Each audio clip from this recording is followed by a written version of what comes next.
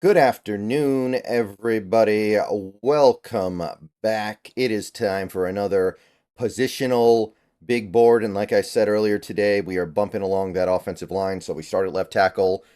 Now we go to left guard. And once again, I want to stress here that just because I list somebody here does not necessarily mean that's where they're going to end up, because that is circumstantial. And sometimes we need more information about how they look as pros before we can make a judgment on where they actually go to at the NFL level. So some of these guys are going to end up playing tackle. A couple of them could end up bumping over to right guard or center even. So anything is on the table when it comes to these guys. However, I do think that initially they're going to be looked at as left guards until they prove they can do something else or they can't do left guard. Once again, my full big board, numbers 1 through 287, is available on my Patreon, and it's also available for my Tier 3 YouTube channel members. So you can go to the community tab and view that if you are a Ring of Honor member, or you can download the document or get the link to the Google Doc with my full big board on Patreon. So let's go with left guard. We are starting with my number one. First of all, Troy Fatanu's not here because I listed him as a left tackle. Yes, he could end up as a left guard, and if he does, he will be the best left guard in this class pretty easily. But I think that he has kind of separated himself from the guards and is now going to be viewed as a tackle, at least initially. So, the top left guard for me in this class is Graham Barton of Duke. I think that his pro day really helped pull him away from the group. I think that there was maybe one other guy who had a chance to take this spot, but Barton's pro day was so good that I think he needs to be regarded as the clear left guard in this class. So I would put him as like a late first rounder or so. Cooper Bebe to me is the other guy who's in that class.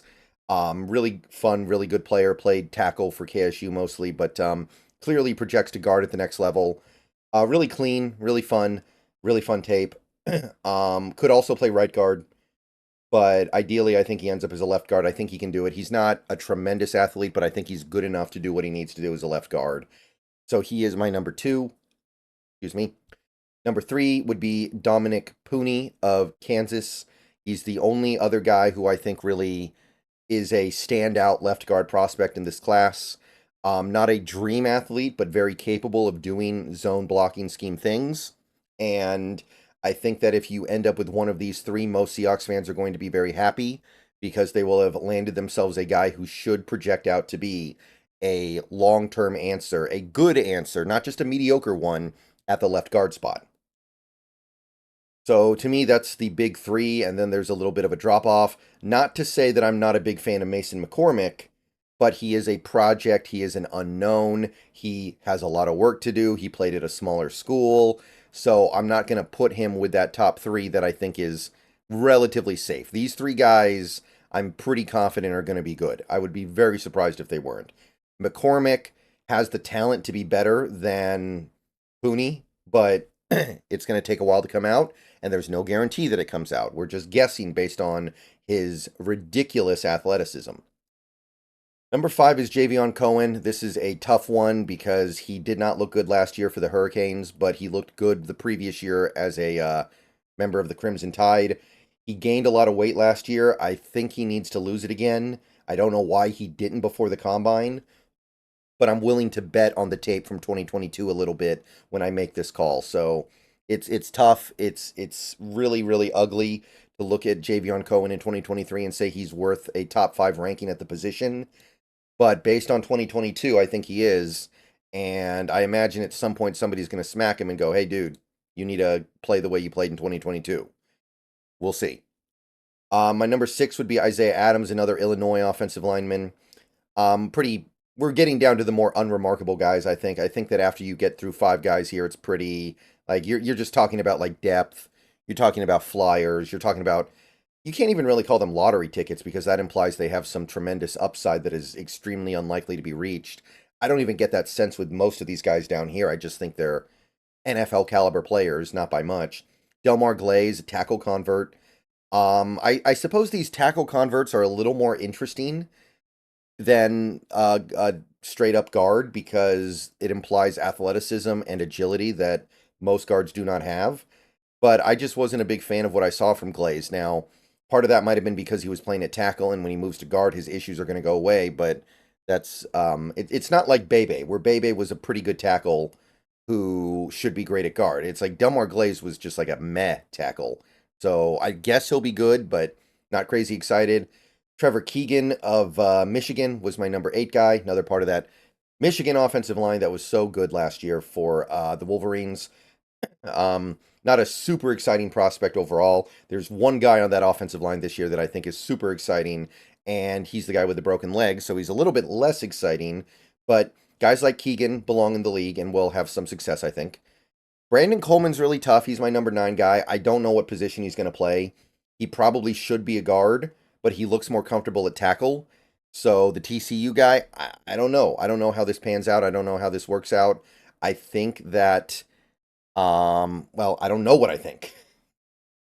It's really tough with him. You watch him play, and he looks so much better at tackle, but I don't think he'll be able to make it at tackle in the NFL. I think he'll have to move to guard, but he doesn't look comfortable at guard, so he's going to have to figure something out, and I think his ultimate destiny is to play left guard. Number 10, Matt Goncalves, a guy I know we had in for a top 30 visit. I couldn't get into him the way that some people did. He's another tackle convert. I wasn't that impressed with what I saw. Granted, he'll probably look a lot better if he moves inside. That's going to help. It helps most guys. But I don't know. I wasn't big into Matt Goncalves personally, and I can't. I put him in my top 10, but I don't see him as being like even a top half of day 3 guy personally. Jared Kingston of USC, intriguing, but obviously a lot of work that needs to be done. I think of the guys down here, he would probably be my pick to be surprisingly effective, like somebody who can actually start in the NFL. But it's unlikely, admittedly. I think it's very unlikely, in fact. There's a lot he has to work through. Number 12 would be the Findlay guy that we looked at in our top 30 visits, Michael Jarrell. Again, really, really hard to find stuff on this guy. But I think he's a UDFA level prospect, maybe a priority UDFA, but not quite draftable, but not far away. And my final guy was Ladarius Henderson. Not really a fit for what I'm looking for. Couldn't really get into him. Couldn't really figure out what was supposed to be so appealing about Ladarius.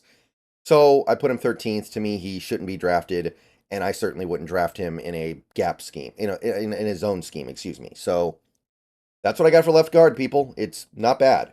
It's not stellar, but you have to keep in mind, true left guards in the NFL are kind of rare. They're hard to find. So the fact that we have 3 guys in this class who should be good day 1 starters, and then we have, I would say, 2 other guys who I think will be developmental starters, and then we have a bunch of other guys who should, at the very least, provide decent depth. It's good, better than average to me, right? And I know some of these guys are tackle converts, and that's why, but usually when I go into a draft, I can only find a couple of guys that really jump out to me as left guard types. This one has more than the average, so it's not bad at all. And we're not even including Fatanu, who is clearly the best of them all if he can somehow bump over, which I still don't think it's out of the question. All right, I'll see you guys later. Go Hawks. Let me know what you think. Let me know if you have any stern disagreements down below. I will see you guys maybe another video later today, but if not, I will see you guys tomorrow. We will continue on with our positional big boards. Go Hawks.